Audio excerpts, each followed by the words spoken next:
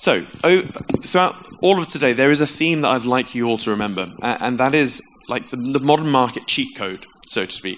And it's something where you can see in many other successful companies that have utilized this cheat code, and that is the sourcing and coordination of untapped resources, stranded resources. Okay, so take Bitcoin for example. Bitcoin sources and coordinates untapped compute. Okay, so the incentive mechanism for Bitcoin is, hey, you have some energy and compute, give it to me. I'll give you some Satoshis. That is the incentive mechanism. And the reason it's such a big supercomputer is that it's sourcing, harnessing, and coordinating a globe of untapped compute, or energy and compute. So, Josh, subnet 110 green compute. Can you explain in very basic terms, what is this big problem that you're solving? So in the BitTensor ecosystem, obviously there's lots of AI projects and companies, and broader, it's 2026 and everybody needs more AI compute. Mm-hmm. And in the BitTensor ecosystem, there's some other compute subnets out there that do a great job, but none of that compute is new and permanent. So one of the big things that we're trying to solve is deploying new permanent compute for the whole ecosystem and the broader commercial markets on 100% renewable energy. And what's so important about this permanent compute? What's impermanent compute compared to permanent? So there's lots of other ecosystems where you can rent compute, and the person that's renting that compute might be renting it from someone around the world that it's temporary. So if you're a company and you're an enterprise platform and you want to rent 100 computers for 6 months, it's really hard to do given the current ecosystem within the BitTensor world. It's great for high-powered compute or cheap compute or fragmented compute or for smaller jobs. Yeah. But if you want something concrete that you can rely on that's going to be there tonight, tomorrow, next week, next month, and in 6 months' time, that's the kind of bit that's missing. And then, of course, where that compute comes from across the globe can cause problems, whereas we want to have effectively smaller data centers co-located predominantly around the UK to start with, that's all on green energy too, which is obviously the big attraction. Okay, so the miners in your subnet, they are farm owners that have renewable sources on their farm. They've spent millions building turbine or anaerobic digester, etc. So what's in it for them? Why are they becoming miners of green compute? So what people misunderstand, obviously people know that AI uses a lot of power, but what a lot of people don't realise is how bad the UK energy grid is. So we actually produce loads of power that can't make it back to the grid. Maybe the local substation is too small for that massive field of solar panels, and actually only a small amount gets through, but no one really likes to talk about it. So they dump the energy? They sometimes dump the energy, yeah. So if it's too windy, they've got to turn the wind turbines off. It's crazy. So what we do is we find people that have got this infrastructure, be it wind, solar, hydro, anaerobic digestion, people that are producing power, and their current revenue model is selling that power back to the grid for a very small amount. So it might take them 15 years to pay off this big fancy wind turbine.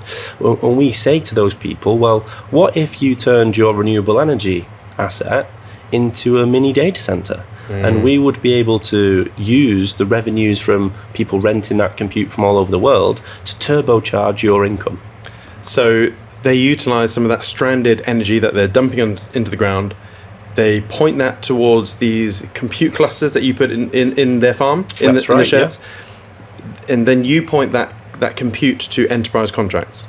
Correct. And how much are you shortening their break-even? So if their break-even is 12 to 15 years, like typically how? So generally speaking, obviously it changes depending on the clients and length of contracts, and there's a bit of wiggle room, but generally speaking, if you were to build a hydro plant or a wind turbine or an anaerobic digester, you're usually at the moment earning between 8 to 12 pence per kilowatt in the UK, which would give you roughly a 12 to 15 year payback period on that asset. Wow. So if someone spent £5 million on wind turbines, it's going to be 15 years before they're getting the money back in most instances. Jeez. So if you're running compute, over the last year that we've been working with some of these clients, we've generated 60, 70, 80, even £1 a kilowatt in some instances for these clients.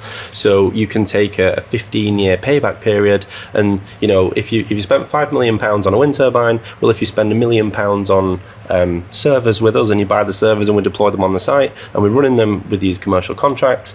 That might take that 15 years down to 4 years, 5 years. Even with the extra, say, million even in with cost? the extra investment cost included, yeah.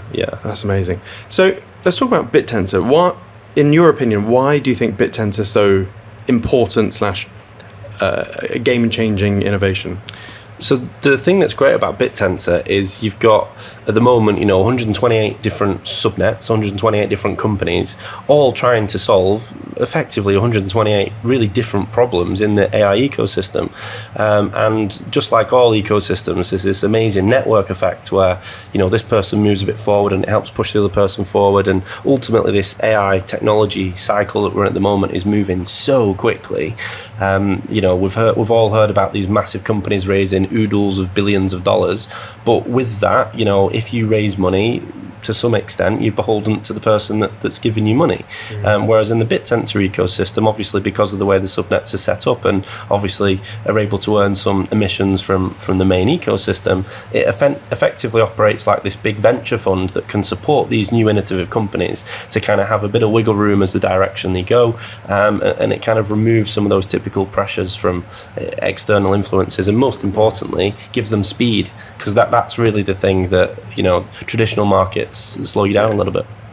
Amazing.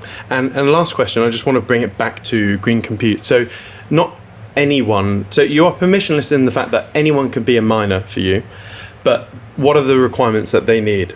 So if I wanted to be a miner for green compute, what are the prerequisites? Yeah, so whilst obviously we want as many sites as possible, equally we're operating in a real commercial marketplace with real commercial customers. So they have, as you would imagine, real expectations. So obviously it's green compute, so you have to have those physical servers on 100% verifiable green energy. How do I verify that my energy is green? So there's a few ways to do that. At the moment, obviously, if we've got UK sites, we're actually doing that manually and go and seeing the sites ourselves. So that's relatively pragmatic within Europe. Obviously, these deployments are often multi-million pound places, or a couple of £100,000 at least. So for the sake of a flight to go and see somewhere, it's certainly worth it, because it's really important that we do this right. So the green energy is one thing that they need. They obviously need enterprise level infrastructure. So for example, they're going to need a 10 gigabyte symmetrical internet connection. Symmetrical, what does this mean? So us normal folk, we've always spoke about internet, and when we talk about that, we mean speed, but really we kind of mean download speed. So when you say, I've got this internet connection, we're talking about download, but obviously for AI we're actually pushing a lot of that information back up the tube as well. So upload and download speed has to be the same. And 10 gig? So 10 gig, yeah. So 10 gig is standard for data center architecture. So a lot of people would then go, well, Josh, I've got a farm in the middle of Wales or the middle of Scotland. I can't get a 10 gig connection. My wife can barely watch Netflix, right? It's a comment we always get. That's simply not the case. The fibre rollout, particularly in the UK, is dramatically better than people realise. But if you speak with a normal internet provider, they simply just don't offer that line of commercial service. They're just going to pay for it. So ultimately, we work with the UK. It's called a last mile specialist, and often the fibre cable will be at the bottom of your road, and we'll just run a cable straight to the farm. And actually, for somewhere around £1,000 a month, you can have pretty much limitless compute on the back of that. So amazing. It goes really far. Okay, so. And I don't need to buy rigs from you. So let's say I have a bank of 50 RTX 5090s myself. As long as I have the green compute, symmetrical 10 gig in connection. And as long as you've got people to maintain that site and give, fix any problems that happen, because we need to keep the SLAs agreement, we're open to business for anyone that can do that. Amazing.